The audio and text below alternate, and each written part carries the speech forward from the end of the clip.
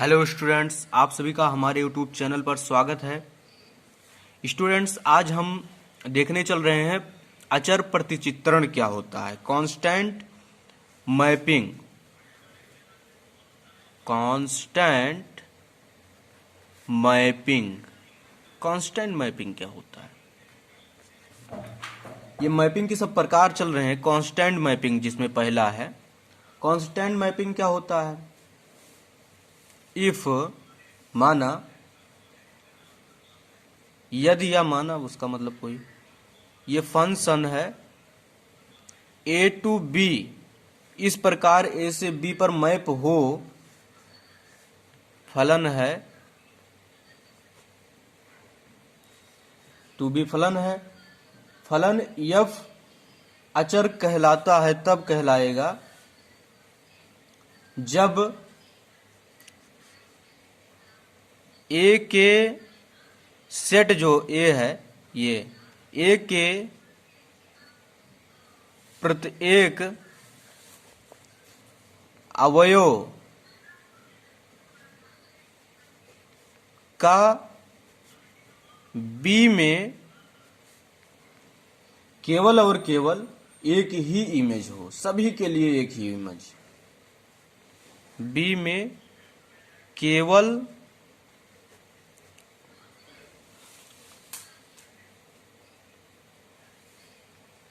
एक ही इमेज हो, इमेज हो। ठीक है। जैसे उदाहरण के लिए हम मान लेते हैं कांस्टेंट इमेज का मतलब यहाँ क्या है? कांस्टेंट वो राशि होनी चाहिए। देखिए, अभी एग्जाम्पल के थ्रू हम समझाते हैं। जैसे एफ एक्स है, एफ एक्स बराबर 4, ये क्या है? For every x belongs to A, ये ए में प्रत्येक एलिमेंट ए में बिलोंग कर रहा है, यानी एक्स यहाँ जो भी लेंगे, ये 1 2 3 4 कुछ भी, वो ए से बिलोंग कर रहा है, उस सेट से। लेकिन ये सेट क्या है? कांस्टेंट है। कांस्टेंट सेट के लिए मैपिंग जो बनती है, जो डायग्राम उसके लिए बनाया जाएगा, उसमें ये ए है, ये बी है। सेट ए में इस प्रकार कई एलिमेंट होंगे, बट बी में क्या होगा? केवल और केवल एक कांस्टेंट एलिमेंट ही होगा, यानी कि सभी ए के सभी एलिमेंटों का जो इमेज होगा, वो बी में केवल एक ही इमेज होगा।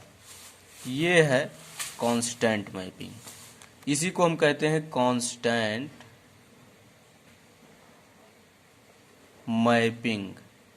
ठीक है। आई होप आप सब लोगों को समझ में आया होगा कि कांस्टेंट मैपिंग क्या है। ऐसी मैपिंग जिसमें ए में तो एलिमेंट है, काफी एलिमेंट है, बट बी में एक कांस्टेंट एलिमेंट हो, एक ही एलिमेंट हो, जिससे ए के सभी एलिमेंट ज्वाइंट हो, यानी कि ए के प्रत्येक एलिमेंट का बी में केवल सिंगलटन एलिमेंट ही इमेज हो, तो उसे हम कहते हैं कांस्टेंट मैपिंग। ठीक है। तो दूसरा है, ये पहला हुआ। दूसरा है समफलन। समफलन यानी इवन फंक्शन, इसे कहते हैं हम इवन फंक्शन। समफलन क्या होता है? जैसा कि नाम से तो कुछ लग रहा है, बट यहां पर कुछ है इसमें दूसरा। If f such that A to B, ये फंक्शन दिखाने का सिंबल है एक प्रकार का। इज फंक्शन, कहने का मतलब है यदि ये एक फलन है, इज फंक्शन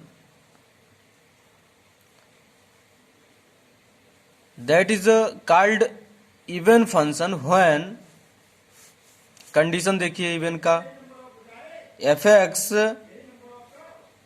यानी एफ माइनस एक्स, इसका जो कंडीशन है एफ माइनस एक्स बराबर यदि एफ एक्स के बराबर हो जाए for every x belongs to, उस सेट से बिलोंग करना चाहिए, पहला सेट यही है, फर्स्ट सेट यही है, तो इसी को कहते हैं इवन। यही कंडीशन है इवन की कि एफ माइनस एक्स हो जाए, वो बराबर हो जाए एफ एक्स के, यानी कि ये जो माइनस है, माइनस का कोई भी प्रभाव न पड़े, तो उसे कहते हैं इवन। जैसे कि ध्यान दीजिए, एफ एक्स बराबर एक्स स्क्वायर प्लस 1 लिख दिया जाए, तो यहां पर यदि हम यहां पर माइनस एक्स रख दें तो यहां पर इसका इमेज जो होगा ये पॉजिटिव मिलेगा।